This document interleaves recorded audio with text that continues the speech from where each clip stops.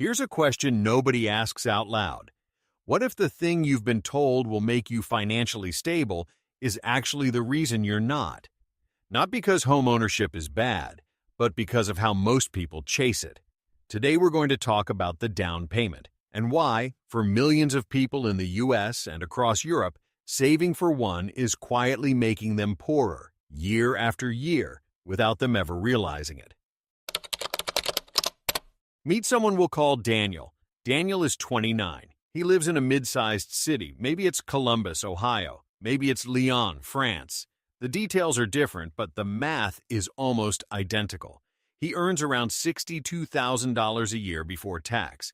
After federal and state deductions, he takes home somewhere around $48,000. That's about $4,000 a month. His rent is $1,150. His car payment is $340. He has $24,000 left on his student loans. Minimum payment, $210 a month. He spends maybe $400 on groceries and household items, utilities, subscriptions, phone, another $180. And he genuinely tries, to not spend too much on eating out or weekends, but realistically, another $300 to $400 disappears there every month.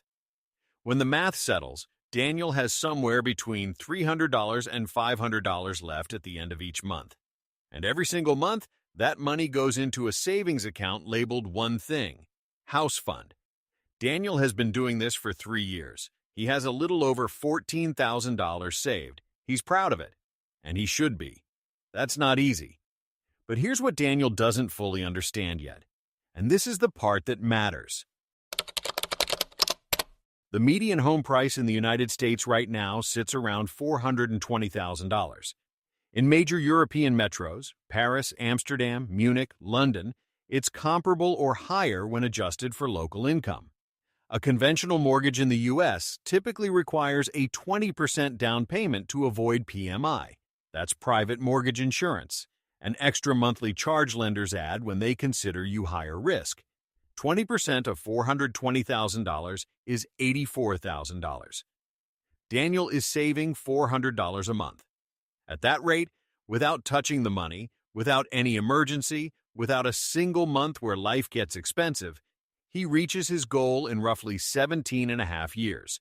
He'll be 46. But here's where it actually gets uncomfortable. While Daniel is saving, home prices are not waiting for him. Historically, U.S. home prices have appreciated around 4% annually on average. If that trend continues, and there's no reason to assume it won't, that $420,000 home will cost approximately $840,000 by the time Daniel has saved his $84,000. He'll need $168,000 for the new 20% down payment. The target doubled. His savings did not. He's been running toward a finish line that's been moving faster than he can run. And the tragic part? He feels productive the whole time. Because he is saving. He is doing the responsible thing. He was told this is how it works. There's a reason this trap is so effective. And it's not stupidity. It's something called the goal gradient effect. When people can see a goal, they feel motivated by progress toward it, even when the goal itself is shifting beneath their feet. Daniel sees $14,000 and thinks, I'm 17% of the way there. That feeling of progress is real. It's also slightly misleading. The financial system, by design, rewards people who already have assets. If you own property, inflation partially works for you. Your asset grows. If you're renting and saving cash, inflation works against you on two fronts. Rent increases and purchase prices rise, while your saved dollars quietly lose purchasing power. This isn't a conspiracy. It's just how the math compounds over time. And most people aren't shown this math clearly until they've already spent a decade inside it. Let's look at what Daniel's decade of disciplined saving actually costs him in opportunity. $400 a month, invested in a basic index fund tracking the S&P 500 at a historical average return of around 7% annually after inflation, over 10 years becomes roughly $69,000. His actual savings account, assuming a 4% high-yield savings rate, which is generous given how rates fluctuate, gets him to around $58,000 over the same period. That's not a catastrophic difference, but the index fund number keeps compounding. The house down payment gets spent the moment it's used. It converts from a liquid, growing asset into an illiquid one, tied to a single property in a single location, with property taxes, maintenance costs, and mortgage interest layered on top. None of this means buying a home is wrong. It means the obsessive, singular focus on saving a down payment at the expense of everything else is often the wrong strategy for someone in Daniel's financial position. People who are financially clear on this don't necessarily stop wanting homes. They just stop treating the down payment as the only variable in the equation. They ask different questions, not just how much do I need to save, but what is my money doing while I save it?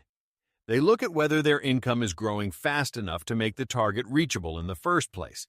They consider whether a smaller down payment with PMI, while not ideal, might actually make more sense than 15 years of frozen capital.